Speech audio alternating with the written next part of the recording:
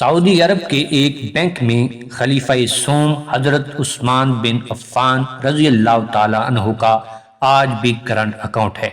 یہ جان کر آپ کو حیرت ہوگی کہ مدینہ منورہ کی میونسپل کمیٹی میں سیدنا عثمان بن عفان رضی اللہ تعالی عنہ کے نام پر باقاعدہ جائیداد رجسٹر ہے، اور آج بھی حضرت عثمان رضی اللہ تعالی عنہ کے نام پر بجلی اور پانی کا بل آتا ہے۔ نبوت کے 13ویں سال میں جب مسلمان ہجرت کر کے مدینہ منورہ پہنچے تو وہاں پینے کے پانی کی بہت قلت تھی۔ مدینہ منورہ میں ایک یہودی کا کنواں تھا جو مسلمانوں کو پانی مہنگے داموں فروخت کرتا۔ اس کنویں کا نام بئر روما یعنی روما کا کنواں تھا۔ وہاں ان حالات میں پریشان ہو کر مسلمانوں نے رسول اللہ صلی اللہ علیہ وآلہ وسلم سے شکایت کی اور اپنی پریشانی سے آگاہ کیا۔ اللہ کے محبوب صلی اللہ علیہ وآلہ وسلم نے فرمایا، کون ہے جو یہ کنواں خریدے اور مسلمانوں کے لیے وقف کر دے؟ ایسا کرنے پر اللہ تعالیٰ اسے جنت میں چشمہ عطا کرے گا۔ حضرت عثمان بن عفان رضی اللہ تعالیٰ عنہ اس یہودی کے پاس گئے اور کنواں خریدنے کی خواہش کا اظہار کیا۔ کنواں چونکہ منافع بخش آمدنی کا ذریعہ تھا، اس لیے یہودی نے اسے فروخت کرنے سے انکار کر دیا۔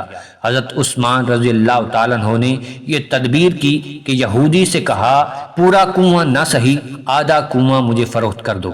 آدھا کنواں فروخت کرنے پر ایک دن کنویں کا پانی تمہارا ہوگا اور دوسرے دن میرا ہوگا۔ یہودی پیشکش پر لالچ میں آ گیا۔ اس نے سوچا کہ حضرت عثمان اپنے دن میں پانی مہنگے داموں فروخت کریں گے، اس طرح اسے زیادہ منافع کمانے کا موقع مل جائے گا۔ چنانچہ اس نے آدھا کنواں حضرت عثمان بن عفان رضی اللہ تعالیٰ عنہ کو فروخت کر دیا۔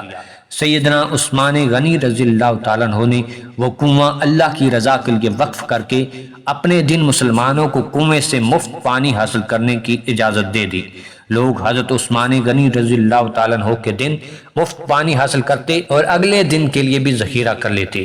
یہودی کے دن کوئی بھی شخص پانی خریدنے نہ جاتا۔ یہودی نے دیکھا کہ اس کی تجارت ماند پڑ گئی ہے تو اس نے حضرت عثمان رضی اللہ تعالیٰ عنہ سے باقی آدھا کنواں بھی خریدنے کی پیشکش کر دی۔ اس پر حضرت عثمان رضی اللہ تعالیٰ عنہ راضی ہو گئے اور کم و بیش 35,000 درہم میں پورا کنواں خرید کر مسلمانوں کے لیے وقف کر دیا۔ اس دوران ایک مالدار آدمی نے عثمان غنی رضی اللہ تعالیٰ عنہ کو کنواں دگنا قیمت پر خریدنے کی پیشکش کی۔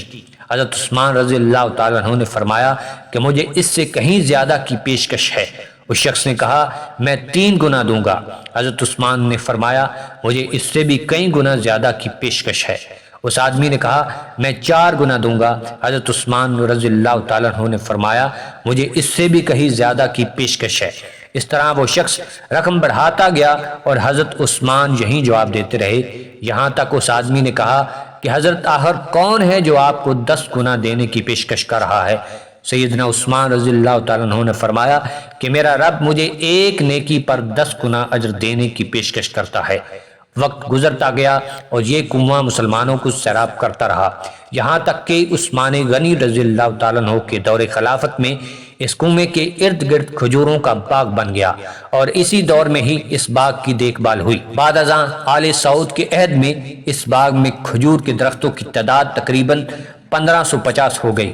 حکومت وقت نے اس باغ کے گرد 4 دیواری بنوائی اور یہ جگہ حضرت عثمان رضی اللہ تعالیٰ عنہ کے نام پر رجسٹر کر دی گئی۔ وزارت زراعت یہاں کی کھجوریں بازار میں فروخت کرتی اور اس سے حاصل ہونے والی آمدنی حضرت عثمان کے نام پر بینک میں جمع کرواتی رہی۔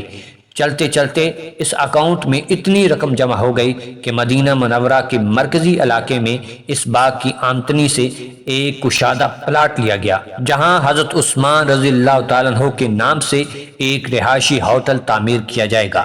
اس رہائشی ہوٹل سے سالانہ 50 ملین ریال آمدنی متوقع ہے، جس کا آدھا حصہ غریبوں اور مسکینوں کی کفالت اور آدھا حضرت عثمان رضی اللہ تعالیٰ عنہ کے بینک اکاؤنٹ میں جمع ہوگا۔ حضرت عثمان رضی اللہ تعالیٰ عنہ کے اس عمل اور خلوص نیت کو اللہ رب العزت نے اپنی بارگاہ میں ایسے قبول فرمایا اور اس میں اتنی برکت عطا فرمائی کہ قیامت تک ان کے لیے صدقہ جاریہ بنا دیا۔